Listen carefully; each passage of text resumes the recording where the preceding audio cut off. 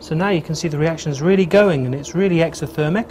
We're forming aluminium triiodide, and the exotherm is actually heating and starting to sublime off the excess iodine, which you can see coming off as this really nice purple plume.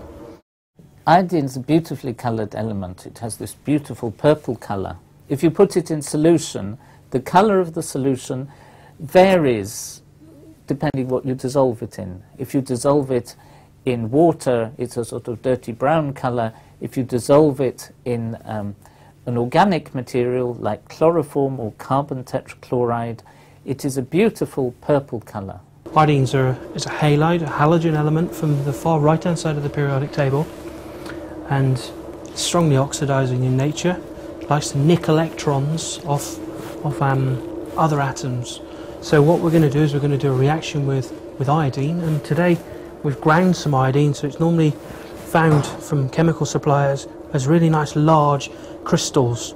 But what we want to do is a reaction with it where we need to make sure that the surface area of the iodine is really, really large, so that all of it can react very, very quickly with the other component. Iodine also occurs quite widely in nature and is absolutely essential to life. If you don't have iodine, your thyroid gland, which is a small gland that controls development of all sorts of things in your body, doesn't operate properly.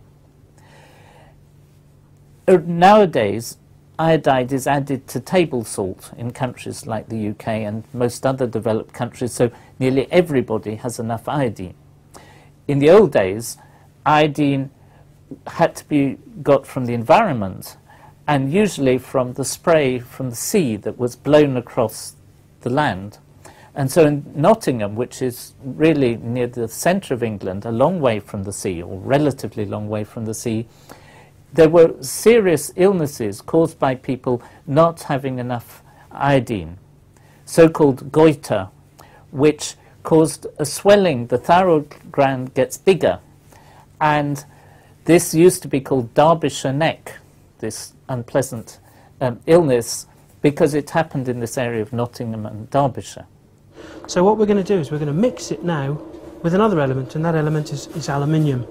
So aluminium has electrons to give away. Iodine's going to nab them.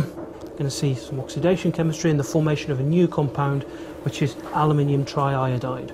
It's a really nice chemical reaction, but the way that we do it is we mix the two together, and then we have to add water, which acts a bit like a solvent, but also the oxygen in the water activates the iodine so that it becomes more strongly oxidizing, and then hopefully we'll see the new reaction. So I'm just going to put some out into this small vessel.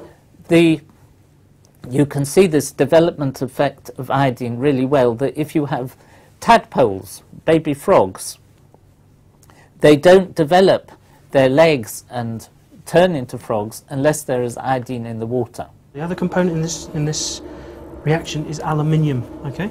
And we're using very, very finely powdered aluminium, not foil or not a rather large lump. This has been specially powdered for us, so again it has a very, very high surface area. One of my favourite chemical equations is tadpoles plus iodine goes to frogs. So you can see the aluminium and the iodine mixed within this solid mixture.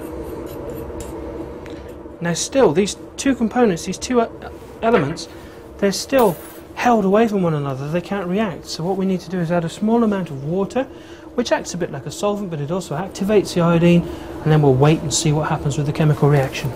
Iodine can be used as a disinfectant. In fact, chlorine can be as well, but solution of iodine is often used when people have cuts.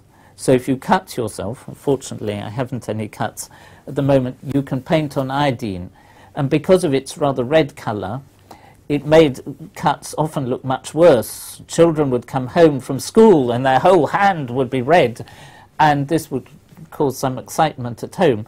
But it is quite an effective antiseptic. Water, just take a small amount and add it to the reaction. So you can see it's starting to go now, the chemical reaction, because we're seeing the excess iodine subliming and forming a vapour. Now if we go in close, we can hear it fizzing, because this is actually the oxidation reaction and the formation of the new aluminium triiodide. Now I'm going to just mix this slightly to try and increase the rate of the chemical reaction slightly. So now you can see the reaction is really going, and it's really exothermic.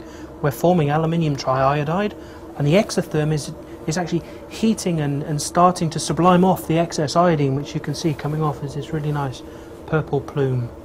Now deep inside the reaction now you can see the exothermic, or the energy coming out, starting to cause a flame. Really, really nice, very, very rapid chemical reaction. Really beautiful. So we're forming aluminium triiodide here, which again is a very, very delicate compound, quite reactive in itself. But you can see now the really nice new crystalline material. So, sadly, we've managed to stain the Stig's fume cupboard. All of this really nice iodine forming a very fine layer across this fume hood. What do you think about that?